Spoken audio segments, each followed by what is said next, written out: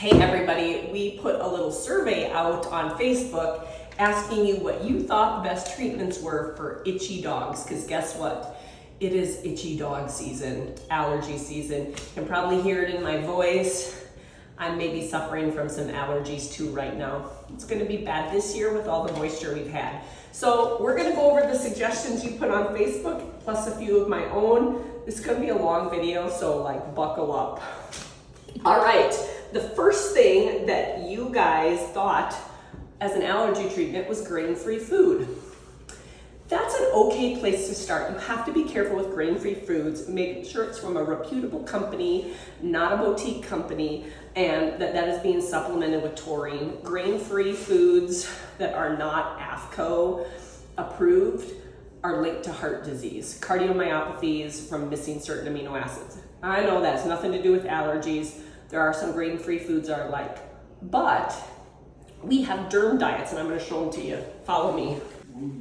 So there are two types of diets that we use for derm diets. One of them is hypoallergenic. This is ultimino. So this is totally hydrolyzed, meaning the proteins are broken down so it's not even a recognizable protein.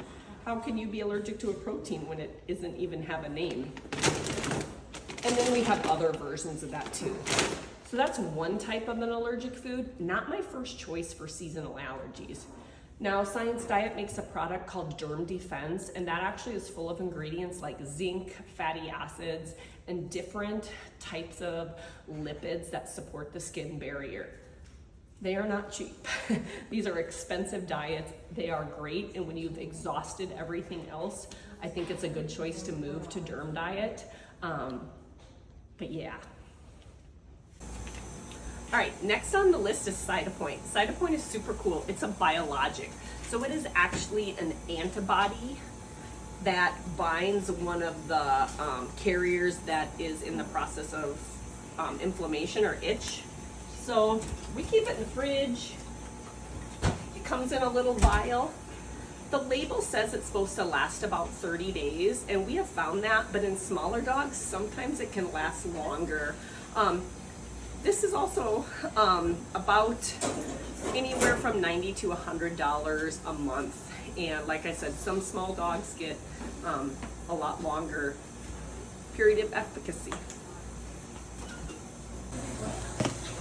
Next on the list is Benadryl. So Benadryl is a name brand and the drug name is diphenhydramine.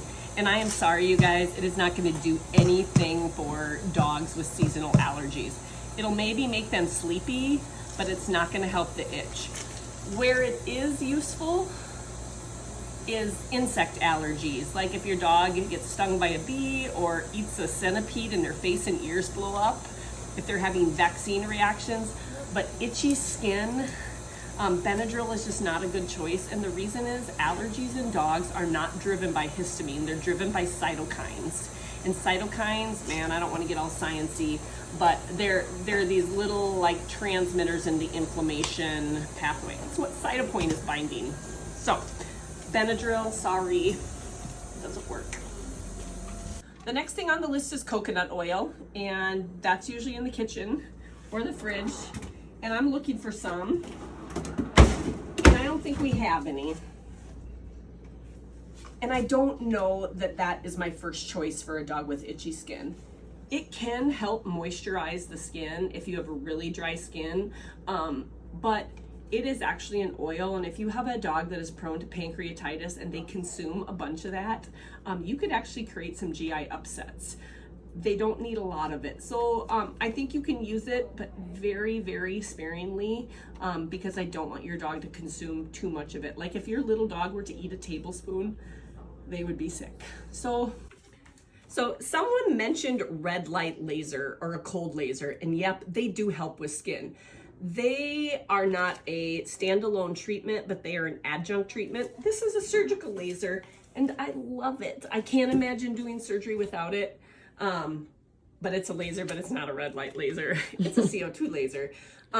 We don't have one. We did have one, and we just didn't feel that it was as effective as we would have liked it to be. But if that is something that you have at home, and you want dosing, because yes, you have to dose lasers. You can't just willy-nilly. sure reach out to that. We can help you come up with the right dosing in wattage. All right, so that was your list. Now we're gonna talk about my list. So one of the first things that I love for dogs that are allergic this time of year during like ragweed, goldenrod season is shampoos. Now these are medicated shampoos, and if your dog has a skin infection, they're probably gonna need that. But if they're just a little itchy, a nice colloidal oatmeal shampoo from the Runnings or the Walmart or Animal Health Center would be appropriate. So the reason is you are physically washing the pollen off of your dog. So dogs are pollinators just like butterflies and bees. The pollen electromagnetically sticks to their fur and they disperse pollen. So by bathing our pet with cool water, not lukewarm water, and you only need a little shampoo. They don't need to be full of suds. That is going to help reduce the pollen on their body that they're reacting to. So I love bathing. 2 times a week is awesome. Once a week, once every 2 weeks, do what you can. Not all dogs love bathing. The other thing I should mention is if you are using a medicated shampoo, they have to stay on 10 minutes before you rinse them off. So you can actually suds up your dog, go outside for 10 minutes, play ball, walk around the block, and then come back and rinse it. It's okay if they're half dry. The medication is working on contact time. All right, let's go see the next thing.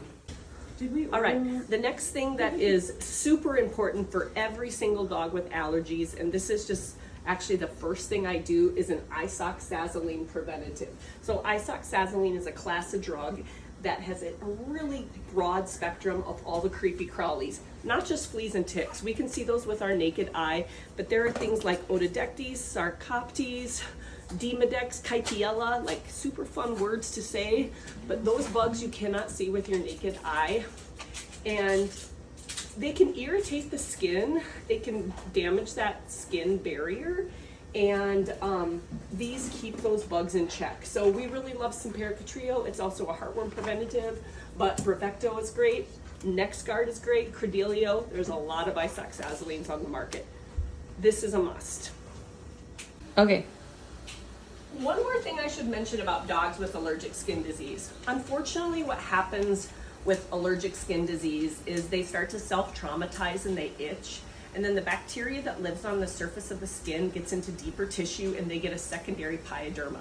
So most of the dogs that are miserable and have broken out in a rash, that's actually a staph infection. Those dogs do need antibiotics. If we can stop the itch before we have red pustules and crusts and hair loss, they don't need antibiotics.